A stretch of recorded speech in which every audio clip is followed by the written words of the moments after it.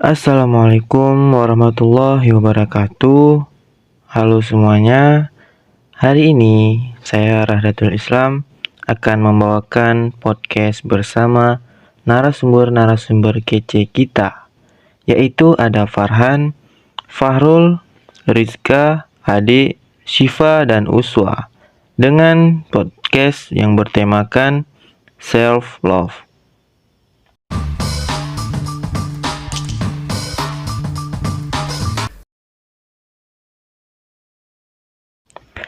Baik, teman-teman, di sini saya sudah mempersiapkan beberapa pertanyaan tentang self love. Nah, mungkin nanti saya akan bertanya random aja lah ya. Untuk satu pertanyaan bisa dijawab dua orang. Baik, langsung saja ke pertanyaan pertama, yaitu menurut kalian self love itu apa sih?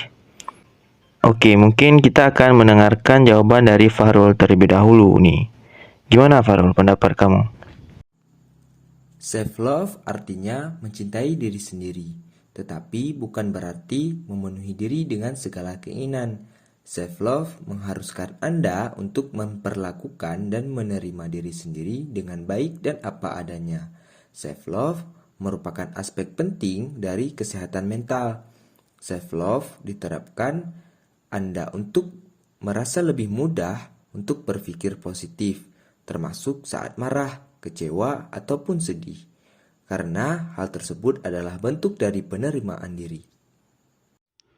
Baik, jadi menurut Fahrul, self love itu mencintai diri sendiri, tapi bukan berarti memenuhi diri sendiri dengan segala keinginan dan mengharuskan kita untuk memperlakukan dan menerima diri sendiri dengan baik dan apa adanya. Nah, bagaimana menurut adik sendiri, self love itu apa sih? Menurut saya, self-love atau mencintai diri sendiri merupakan upaya secara sadar, penuh, dan utuh mencintai apa yang telah Allah berikan kepada kita. Mulai dari bagaimana cara kita mencintai diri sendiri dengan menerima berbagai kelebihan dan kekurangan yang ada pada diri kita. Dan penerimaan itu bukan hanya di saat kita melakukan hal yang berharga atau berhasil mencapai sesuatu, tetapi penerimaan terhadap diri kita bahkan di kondisi tersulit sekalipun.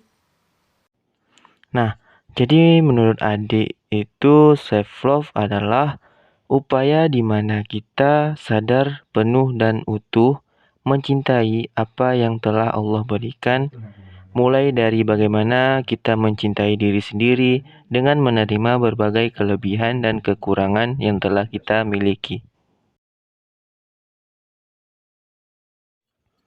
Oke, kita lanjut ke pertanyaan kedua.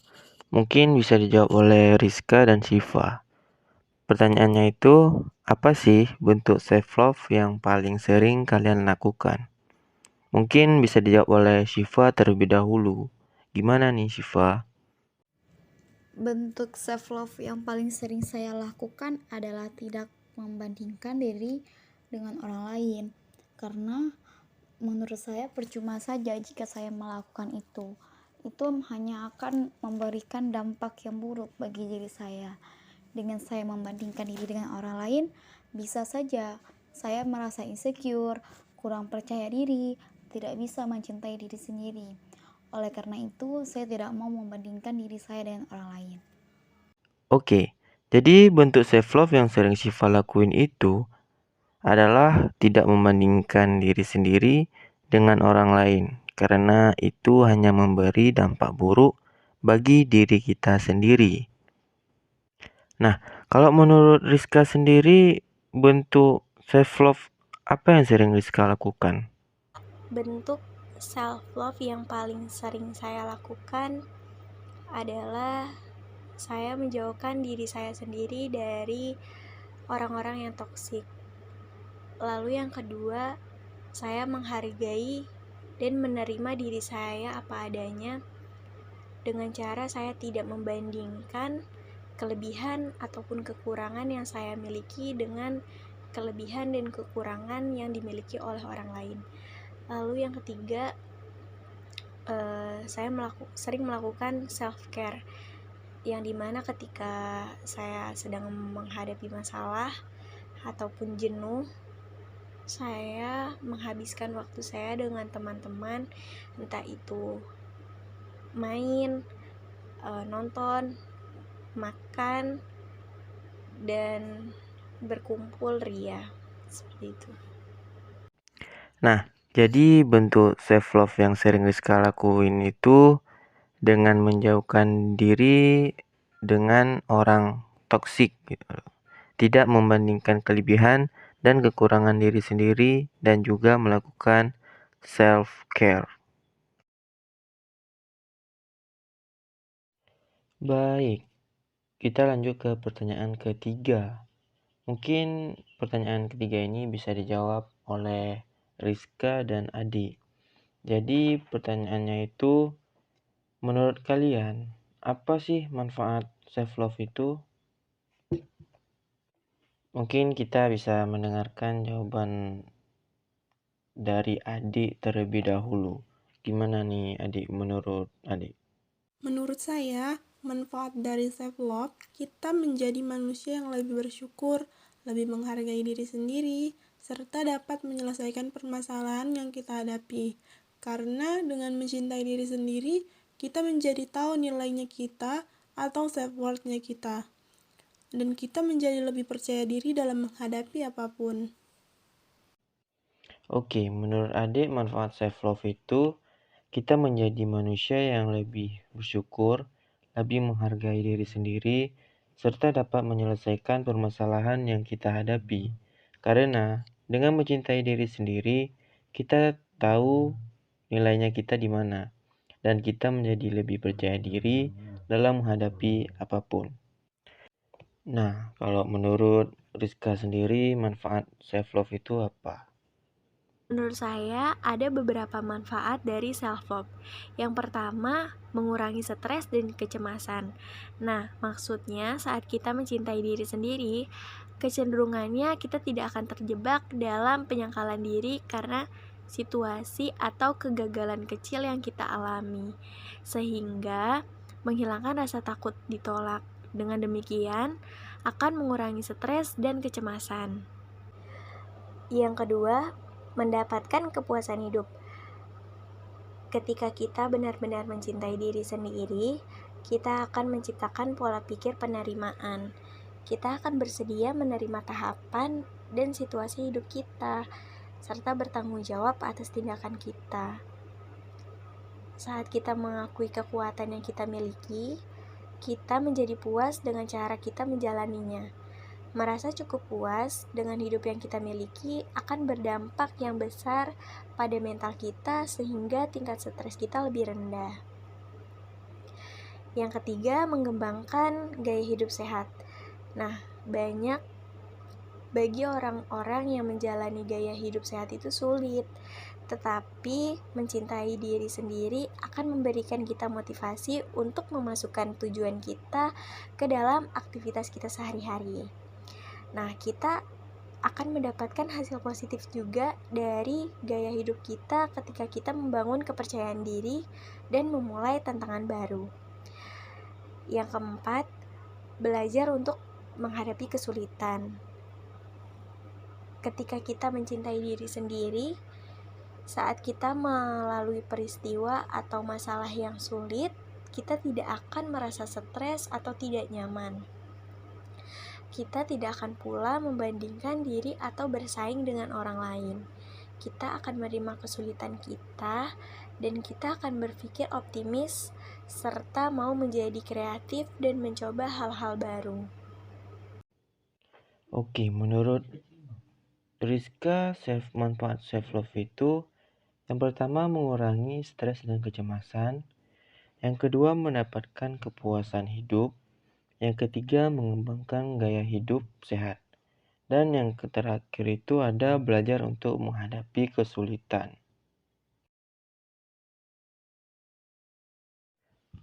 Baik teman-teman, kita lanjut ke pertanyaan keempat. Mungkin pertanyaan keempat ini bisa dijawab oleh Syifa dan Fahrul. Dimana pertanyaannya itu, bisakah kita mencintai diri sendiri tanpa meminta bantuan kepada orang lain? Baik, mungkin bisa dijawab oleh Farul terlebih dahulu. Gimana nih Farul pendapat kamu? Tentu bisa. Ada beberapa cara untuk mencintai diri sendiri, yaitu pertama, Anda kenali diri sendiri Anda terlebih dahulu. Setelah Anda mengenali diri sendiri, langkah selanjutnya jangan membandingkan diri Anda dengan orang lain, karena fokus dan tujuan hidup tiap orang itu berbeda-beda. Dan cara selanjutnya untuk mencintai diri sendiri adalah jangan terpaku apa kata orang. Apabila Anda terpaku atas apa yang orang katakan, maka Anda akan menjadi stres dan tidak bahagia. Oke, Farul menjawab bisa. Karena ada beberapa cara untuk mencintai diri sendiri, yaitu mengenali diri sendiri terlebih dahulu. Setelah Anda mengenali diri sendiri, langkah selanjutnya dengan membandingkan diri Anda dengan orang lain. Karena fokus dan tujuan hidup tiap orang itu berbeda-beda. Nah, cara selanjutnya itu mencintai diri sendiri adalah jangan terpaku apa kata orang. Apabila Anda terpaku atas apa yang orang lain katakan, maka Anda akan menjadi stres dan tidak bahagia. Nah, menurut Syifa sendiri, bisa nggak kita mencintai diri sendiri tanpa meminta bantuan kepada orang lain? Bisa, kita bisa mencintai diri sendiri tanpa meminta bantuan kepada orang lain.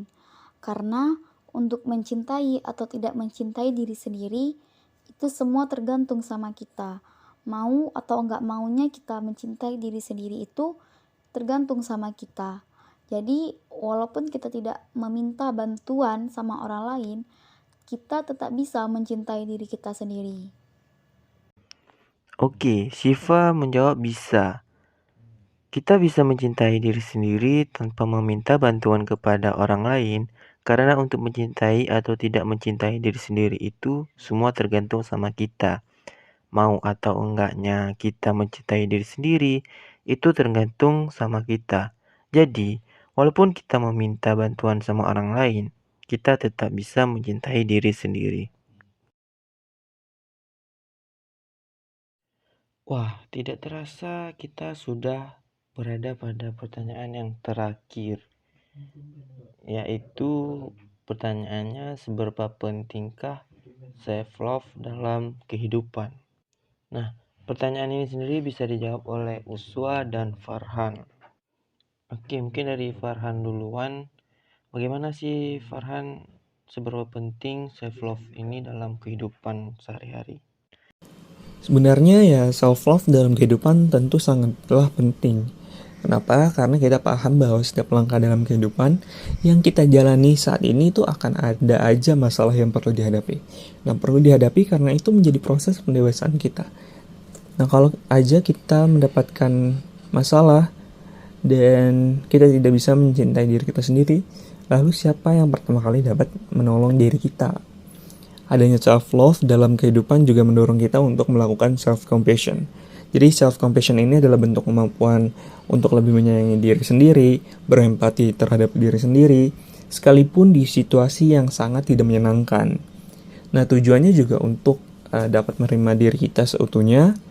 Jadi kita beranggapan bahwa ya individu nggak ada yang sempurna. Dengan begitu kita bisa menerapkan self-kindness ketika berada di situasi yang ya cukup sulit dan tidak menyenangkan. Kita bisa berpikir bahwa ketidaksempurnaan adalah common humanity dan kita bisa bersikap mindfulness sehingga kita bisa menyadari, bisa sadar akan pikiran kita dan kita tidak menghakimi diri sendiri atas apa yang sudah terjadi.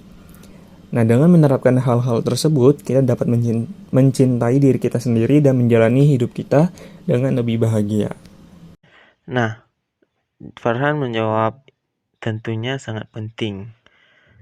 Jadi, setiap langkah-langkah dalam kehidupan yang kita jalani akan ada masalah yang sering kita hadapi.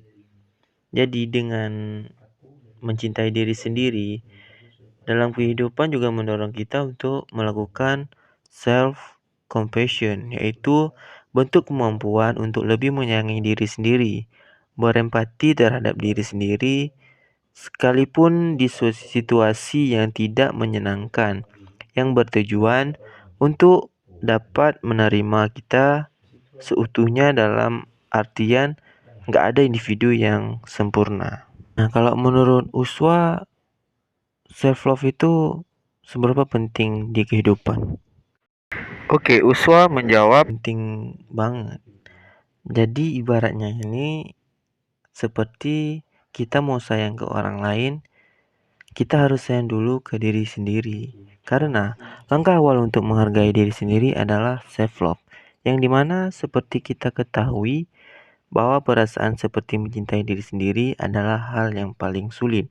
Diibaratkan dengan jika kita tidak mencintai atau menghargai diri sendiri, maka orang lain juga tidak akan menghargai diri kita. Baik teman-teman semuanya, dengan tidak adanya lagi pertanyaan yang ingin saya berikan, maka berakhir pula podcast kita pada hari ini. Jadi teman-teman sekalian, jangan lupa menerapkan self love pada diri kita sendiri, karena self love itu sangat penting bagi kita. Terima kasih kepada narasumber kita yang kece ini yang telah menemani podcast pada hari ini. Dan terima kasih juga kepada teman-teman yang telah mendengarkan podcast ini. Lebih dan kurang saya mohon maaf. Assalamualaikum warahmatullahi wabarakatuh. See you next time.